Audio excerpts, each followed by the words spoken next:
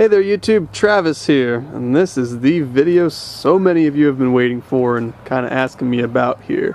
Here is the update on the Honda MB5.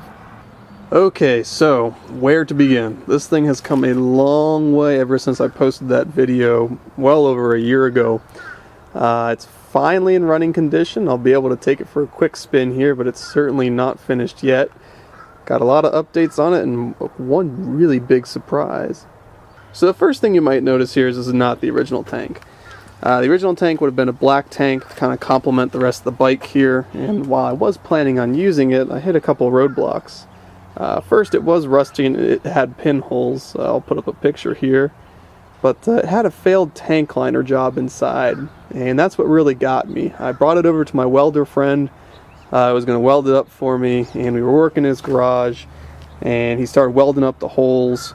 And after a couple minutes, he was coughing. The whole garage had a bunch of fumes in it from whatever chemical they used to line the tank. And he's like, "I'm sorry, man, I can't keep welding this anymore." So I was like, "Whoa, okay, that's fine." So I eBayed this one.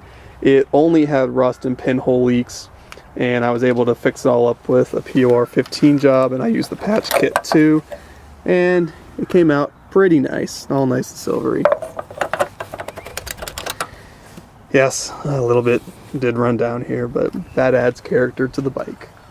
Also, this had M bars on it, or they might have been Clubman's, I'm not sure. Are those the same thing? Maybe they are, whatever. This bike had lower bars on it, and I went ahead and put these on. These are stock MB5 bars. I just really liked this riding position, and felt a little uncomfortable riding with those low bars. And as far as parts go, I want to give a shout out to Honest Bob's 2-Stroke down in Philadelphia, Pennsylvania. They hooked me up with this stock pipe right here. If you remember, this had some crazy aftermarket custom thing welded together for it. It was actually made out of some really weak metal and was seriously dented on the other side.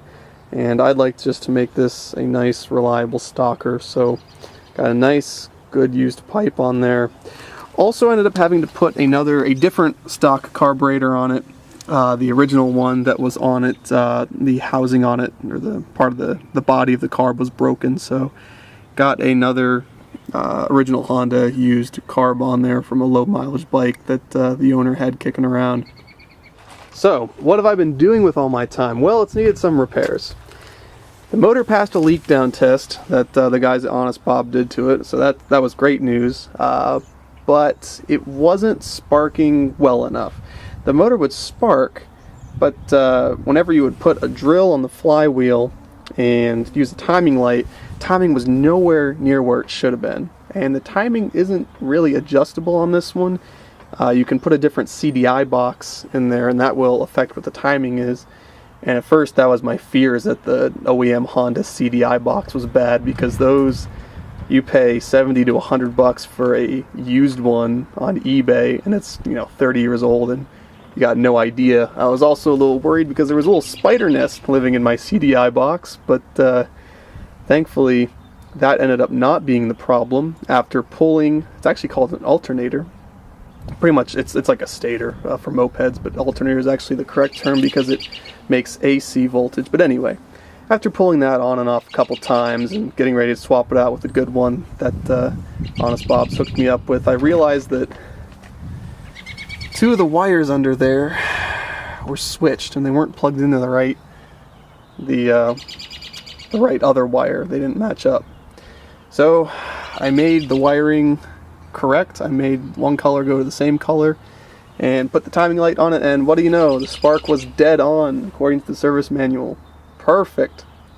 So thankfully the spark ended up being a simple repair. Unfortunately, on the clutch side, it wasn't quite so simple.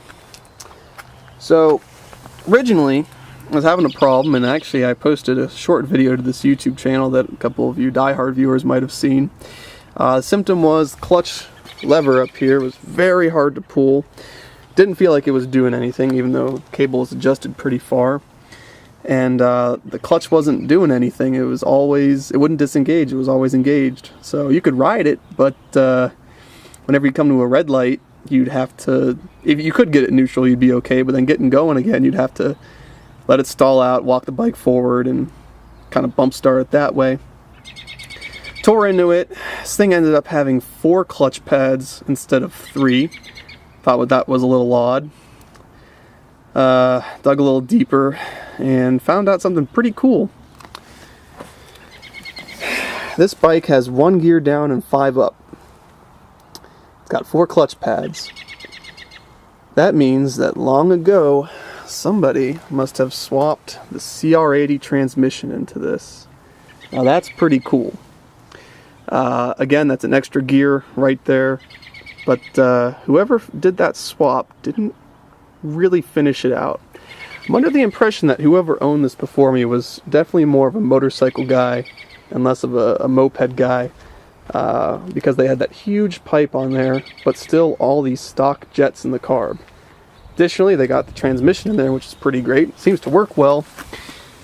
And they even added the extra clutch pad and disc, but they did not get a CR80.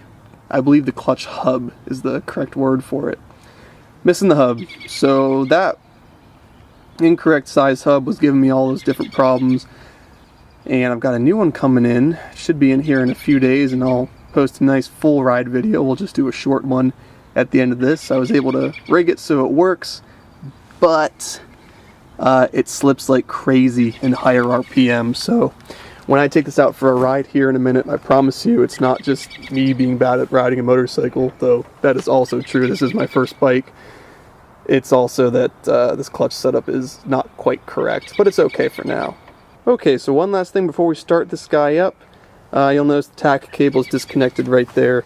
Whenever I plug it in, it just squeals and reads way too high compared to what it actually is. So unfortunately we have no tach, but the speedometer works and so does the odometer. And that really leads me to believe that somebody put this together long ago and just never really got it correct, and so it kind of just sat. So I believe this to be just a nice lower mileage bike. So alright, well, enough talk. Let's go ahead and have some fun with this thing.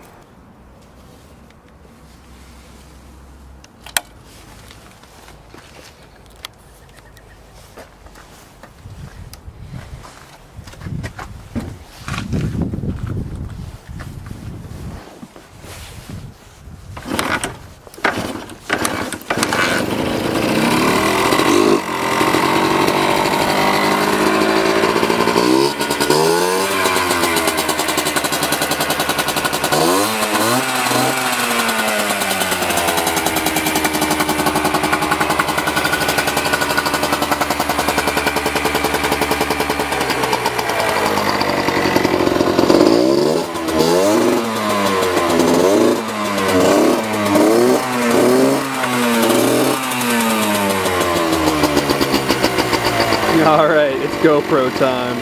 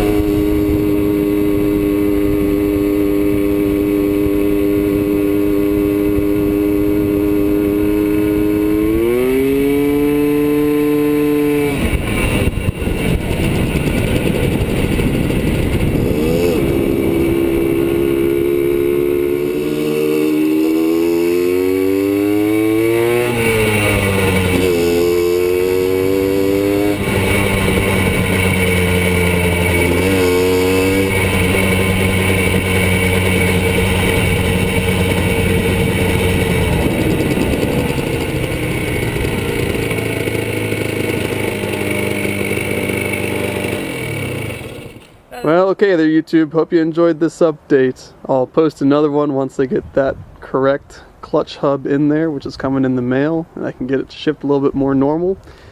but I was just too excited, and it's too beautiful of a day not to take this thing out. So, alright, until next time.